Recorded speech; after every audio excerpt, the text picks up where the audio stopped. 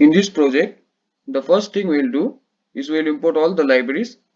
So first we'll import NumPy library as NP, we'll import Pandas library as PD, we'll import Matplotlib as MPL, we'll import matplotlib.pyplot as PLT.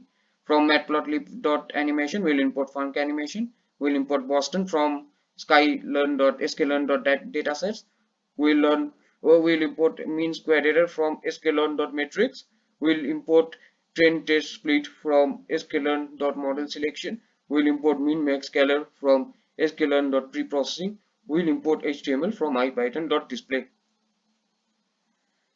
After that, we'll do data preprocessing. So we'll load the Boston dataset into Boston, then we'll print the description of the Boston dataset.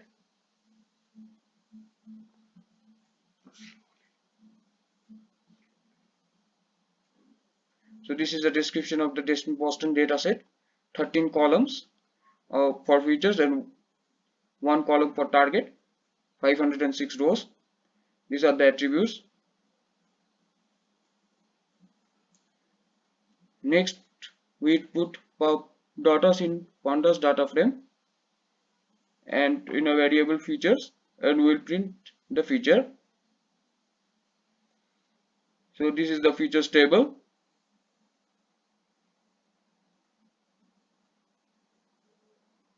Next, to view particular column, we'll type the table name and then we'll type the particular column name. So I have typed age. So this is the age age column.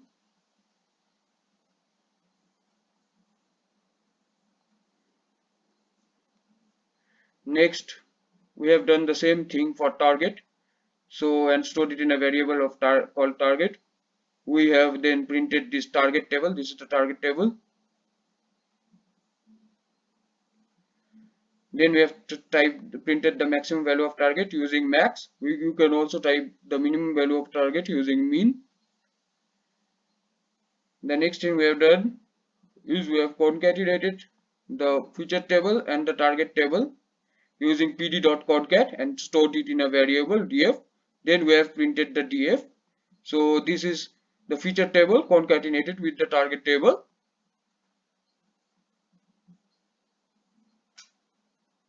Then we have described the data, that entire concatenated table, and we have used 2 decimal places. Up to 2 decimal places we have printed. So you can see this is count, this is mean, STD, standard deviation, 25%, 50%, 75%, mean, max, all these things. This is both the concatenated table between the features and the target.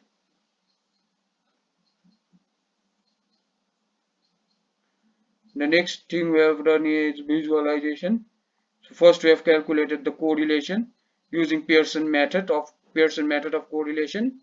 Next we have taken the absolute correlation between our features and the target. After that we have made the list of correlations of features, name and correlation values. Then we have sorted them in descending order. Then we have unzipped the list and then we have printed the list. So this is the printed list. These are the correlation values. These are the attributes.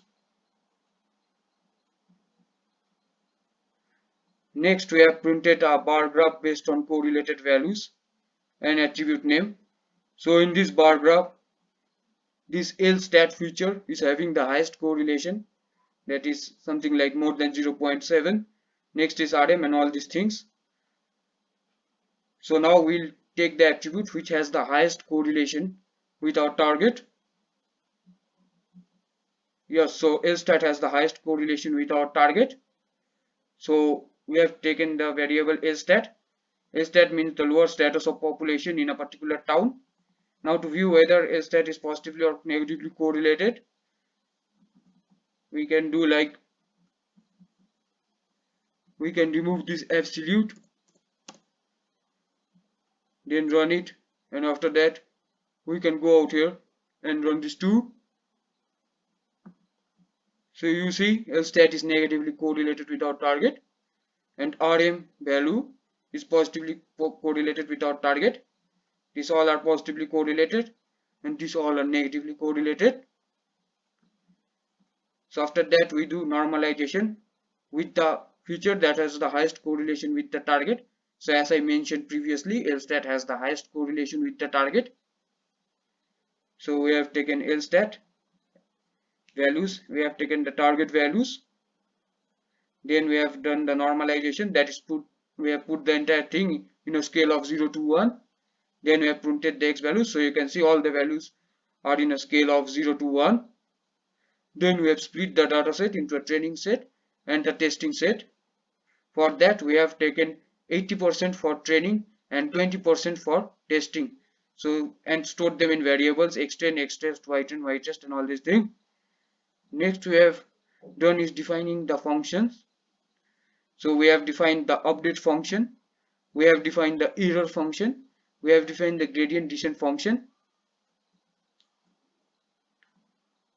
Next we have given some initial values, that is initime. Initime was defined in this update for initime was defined in this gradient descent function. Inic was also defined in this function, so we have given those values. We have also given the values of learning rate as 0.001. We have given the value of iteration as 250. We have given the value of error threshold as 0.001. And next we have called the gradient descent function, and we have recorded the time using the magic function timeadd. So our wall time is 167 milliseconds. Next we have done the animation section. We have defined init function, we have defined update frame function, we have used the func animation function, and we have used the HTML to display the result on our screen, that is to display the animation on our screen. So you can see that this is the animation, this is the regression line. So this regression line is going downwards as the number of steps increases, meaning that this regression line is getting stable as the number of steps are increasing. Next we generate a scatter plot, and we generate a predicted value line. This is the line of the predicted values. This is m multiplied by x trend plus c, that is equation of line, and these y trend values are these blue dots. So you can see that these blue dots are the actual values, and this line actually represents the predicted value. Next we have plotted the error values. So you can see this is the plot of the error values.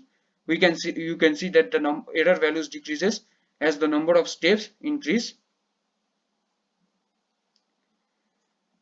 Next is we have done is prediction of prices. We have defined predicted as m multiplied by x test plus c.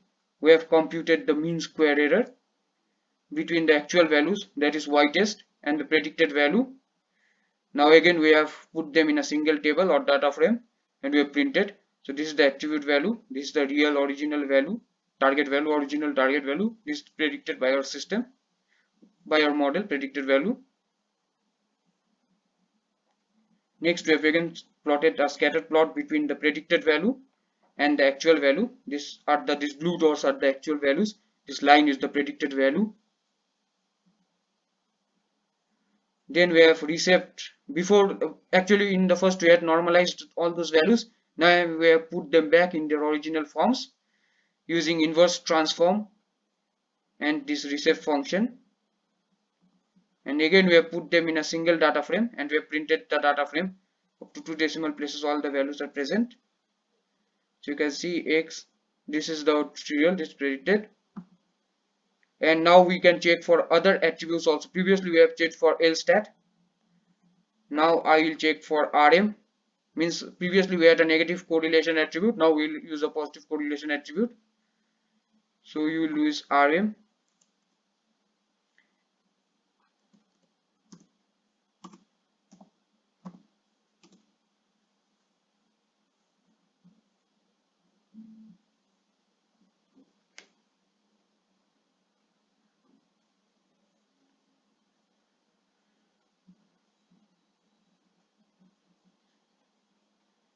Now you can see that when we are using RM, the slope is going upwards because RM is positively correlated with our target. You can see RM is positively correlated at our target, so these lines are going up. This is the error versus iteration graph. This is the predicted value, actual value. Previously I missed that mean square error. Now, so the mean square error value previously was 0.015. You can go and check the video. You can go back and check the video. Now it is 0.030, meaning that the mean square error has doubled.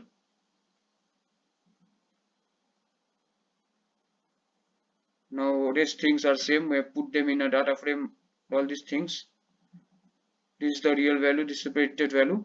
Now I'll choose a different attribute. So I'll choose this.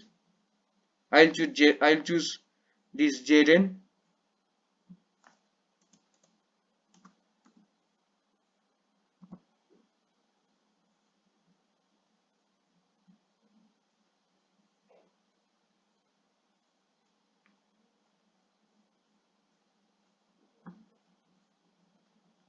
So you can see that again this line is going upwards because this Zn is also positively correlated. This is error versus iteration, and now you can see that this is 0.050. When we are using Rn, this was 0.030. Now we again when we are using Zn, this is 0.050, meaning that the mean square error has increased. Rest things are same. This is the table of the original value, and this is the predicted value. Rest all are same. So thank you all for watching my video.